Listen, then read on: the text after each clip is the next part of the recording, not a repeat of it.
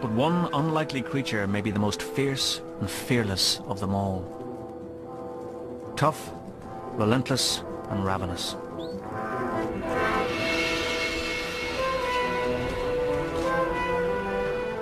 They readily take on all comers.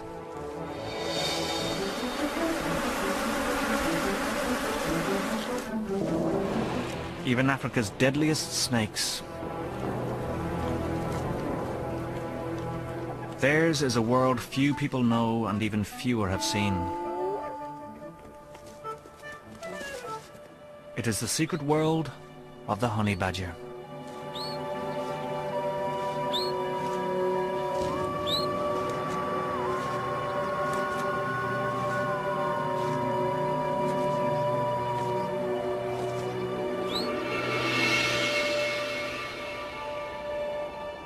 The arid expanses of the southwestern Kalahari. Here in the Kigalagadi Transfrontier Park, a rich variety of creatures have adapted to an unforgiving place. To survive, they must secure a niche among dangerous hunters.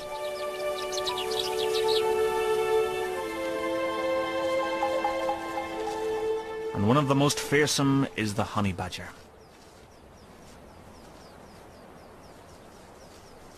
This one, guided by a keen sense of smell, is on the trail of a snake. Snakes are a great prize, and she'll stay in hot pursuit, even when the scent leads up a tree.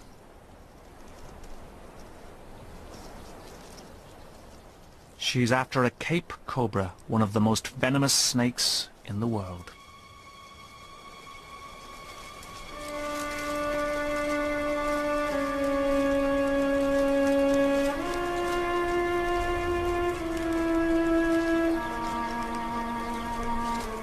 But the badger is undaunted, and she's only held back by the flimsy twigs that can't support her weight.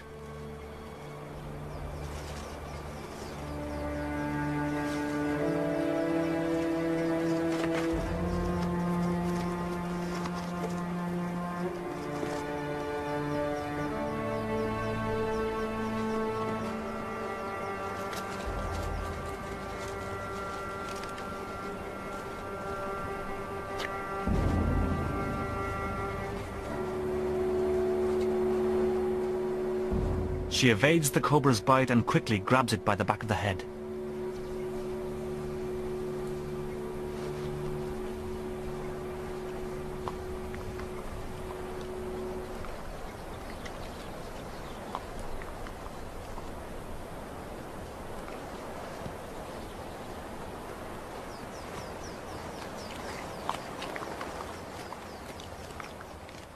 Starting at the head, she'll devour all of this 5-foot cobra in just 15 minutes.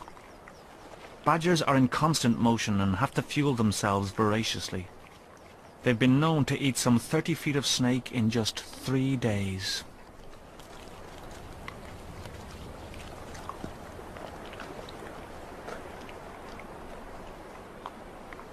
Unlike most predators, which rest after a big meal, the honey badger just keeps going for more.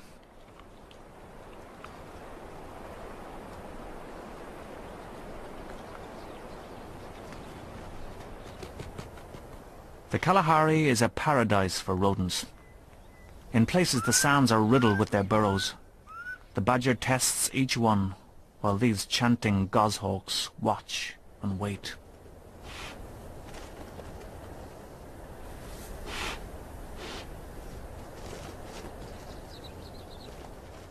As she goes from hole to hole looking for prey, she is watched also by a pair of jackals. This is an unusual association of predators, and one that the badger is all too familiar with.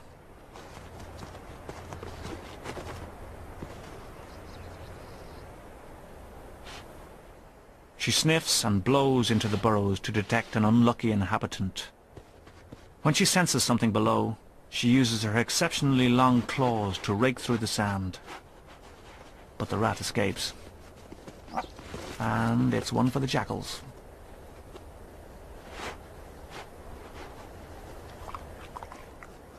These freeloaders are no surprise guests. They often shadow her. She can't shake them off, and often they will catch more than she does.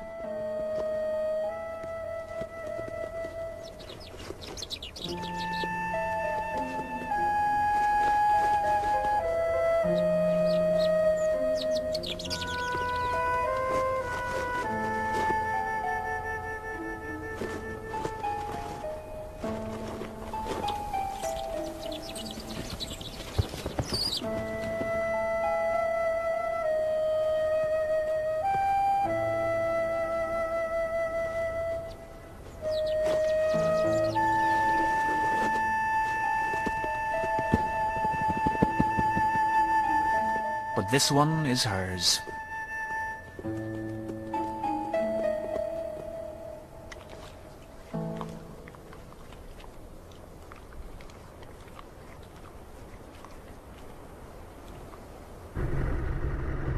Though distributed far and wide over Africa and Asia, little is known about honey badgers. A South African husband and wife research team have embarked on the first major study of honey badgers in the wild. For Keith and Colleen, honey badgers are their passion. There are myths in Africa about a ferocious creature which is said to be almost indestructible. But Keith and Colleen are determined to discover the truth.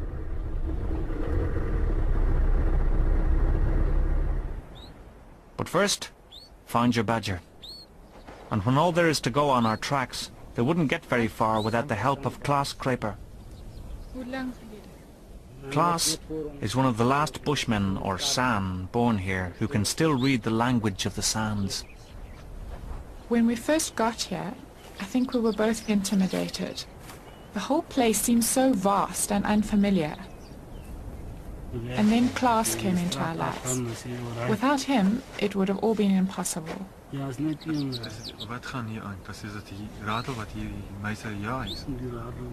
With what seems to be a sixth sense, he tells them what he sees in the sand. And soon, Klaas gives them the news they most want to hear. The badger they are following has a cub.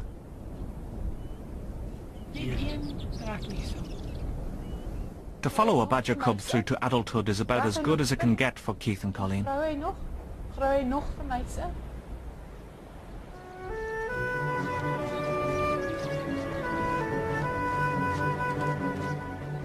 At first, there are only fleeting glimpses of the cub when its mother carries it to a new den.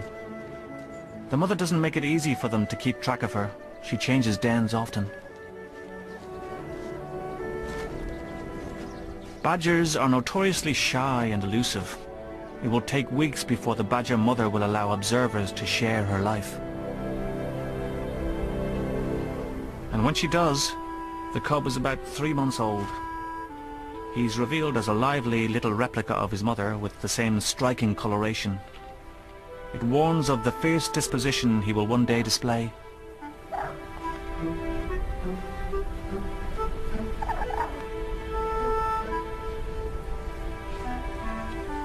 But for now, he's barely weaned, and it's time this youngster was introduced to a wider world.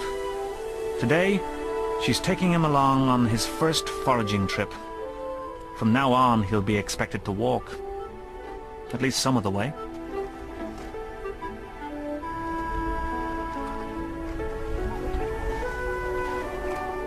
It's a wobbly start, but he soon gets the idea.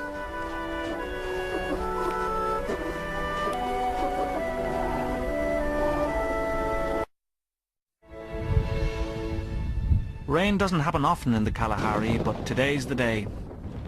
A few hundred yards and his legs can't carry him, so she does for the rest of the way.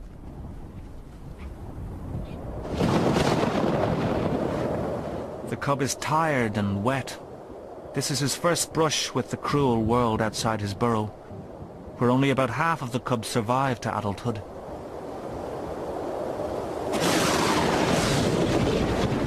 The mother interrupts her hunting to dig a burrow where they'll wait out the storm.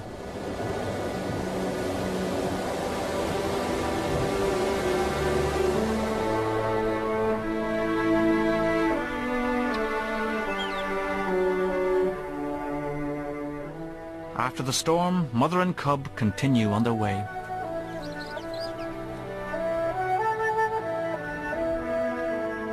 The researchers plan to spend the night with a favourite badger, a young male. They'll find him by following the radio signal coming from a small transmitter that has been placed in his body cavity. I can only hear HB12. He's quite close, but nothing else. Male badgers can cover up to 25 miles in a day, and Keith and Colleen may climb many high dunes before they pick up the badger signal. Anything else?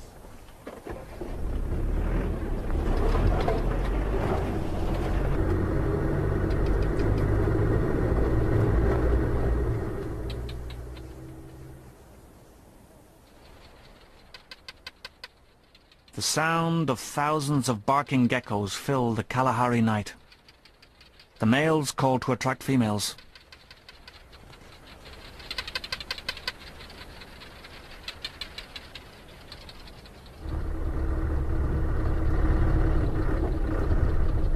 To your right. More right. Alert to the dangers of rolling over in such rugged terrain, Colleen guides Keith through the dunes, following the signal she receives from the badger. Can I go over here? So,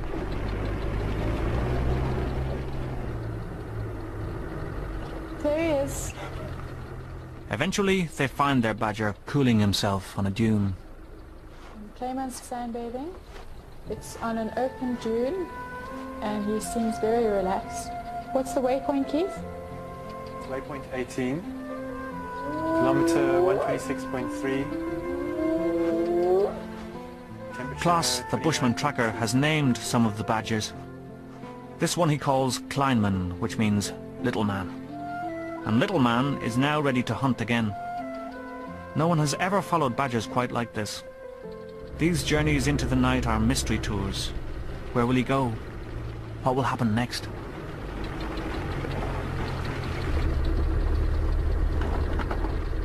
Little man has found a puff adder that has just caught a gerbil, and the badger does an extraordinary thing.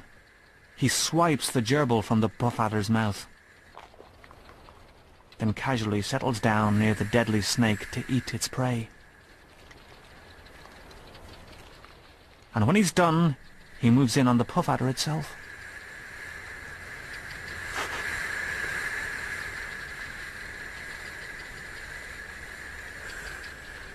Puff adders have large fangs that can deliver a massive dose of lethal venom in a rapid strike.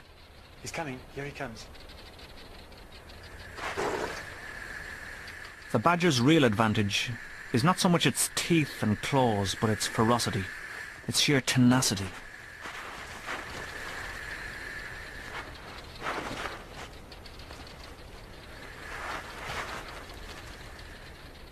I think he's got it. Lights? Lights?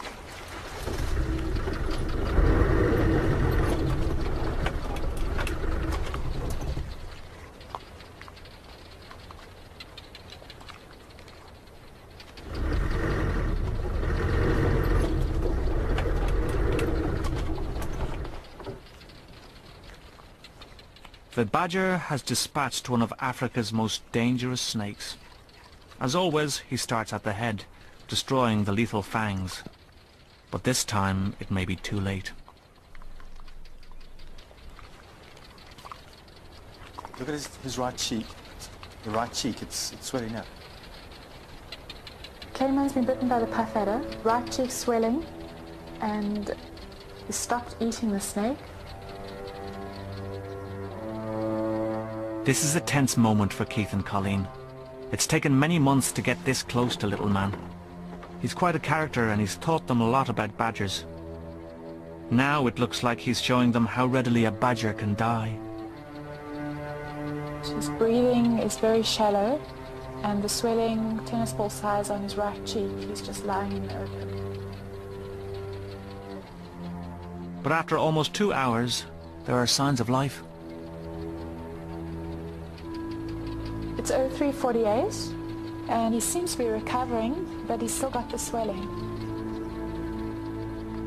Little is known about the immunity some animals may have to snake venom, but this much is sure. Little man has survived the bite of a snake notorious for killing humans, and now, to their astonishment, he returns to his deadly dinner.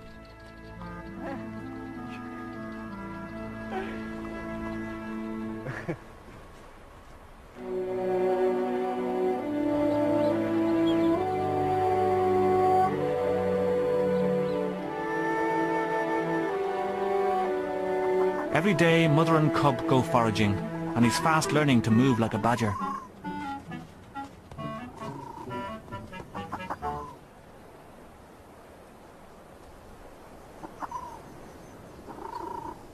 But the constant trotting over the dunes is tiring for the little guy.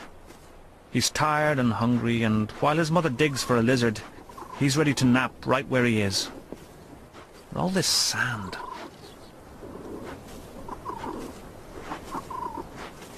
Maybe if he moved a little.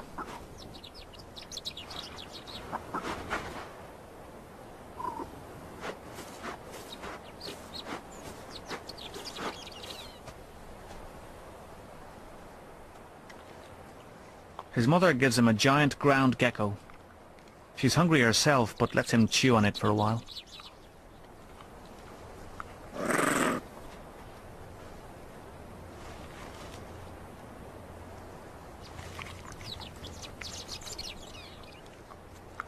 He's just getting into it when his mother returns, and this time the gecko is only his for as long as he can hold on to it.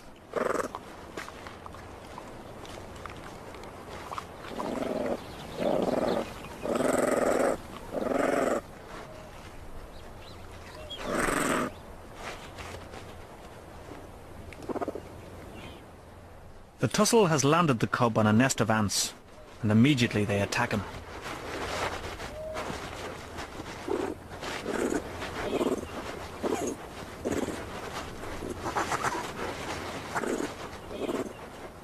His mother isn't too concerned. Just another sharp lesson in the life of a badger cub. And with a rough rescue, he gets the message. It's time to trot along.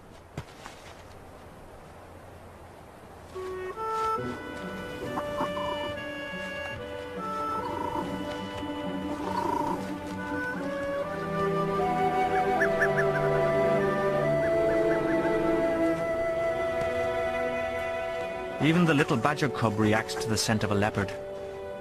When badgers come across their tracks, it's enough to send them trotting off in another direction.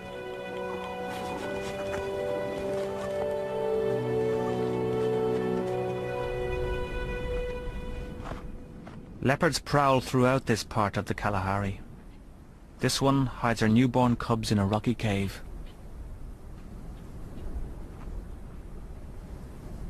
From its entrance, she can look down on potential prey.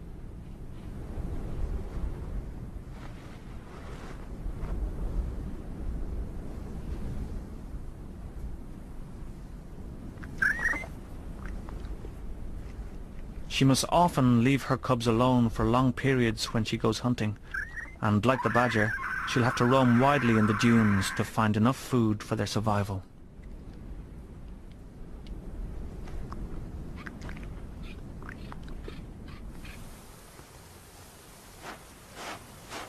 A slow-moving badger has drawn the attention of a leopard.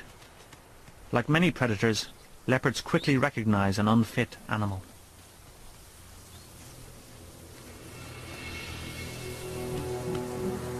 This old female should be an easy catch.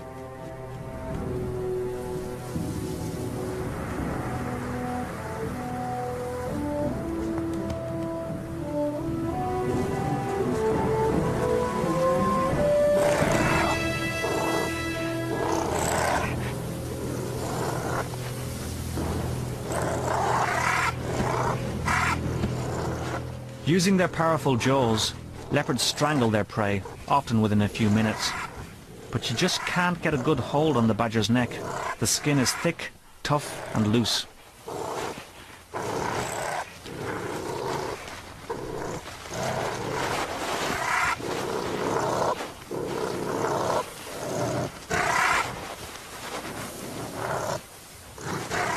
By now, other prey would be dead. But this one still struggles fiercely. She refuses to die.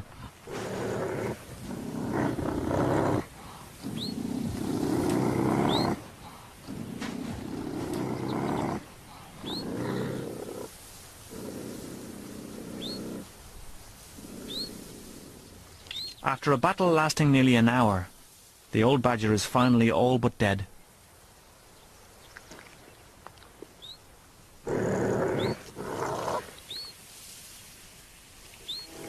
The leopard departs with her half-blind, nearly toothless prey, and at least one badger myth appears to be true. They are the very devil to kill.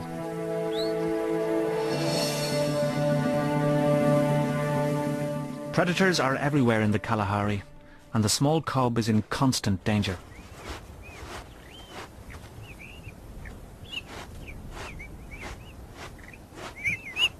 While the mother digs the den in which he'll rest, her rough signals only confuse him. She wants him close to her, very close, but not in her way. And he just can't get it right.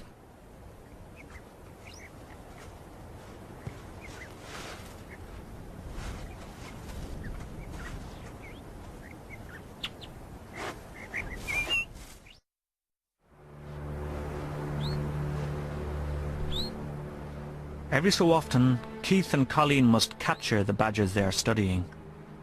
They're stalking a female and her large cub. The best technique is an approach from downwind, and with the advantage of surprise, the longer legs have it.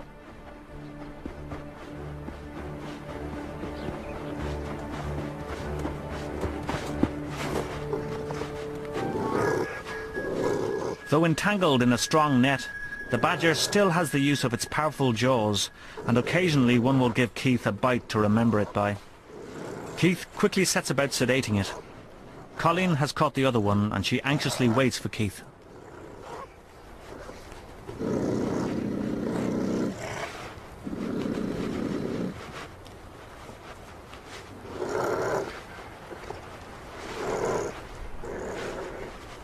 I'm always worried when we have to do this, the thought of hurting them or harming them in any way.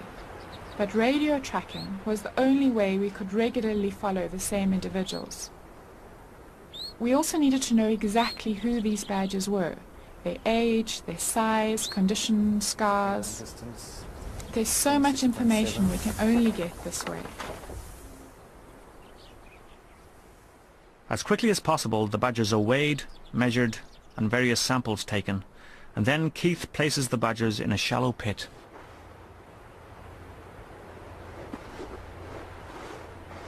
We've immobilized more than 70 badgers now, and only once had a problem when a female rolled into the sun before she came round.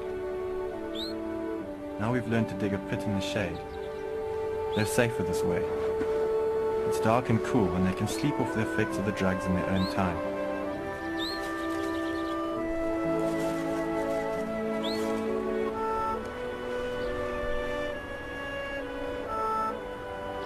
I feel we've done it right when they come round and trot off and start digging like nothing's happened.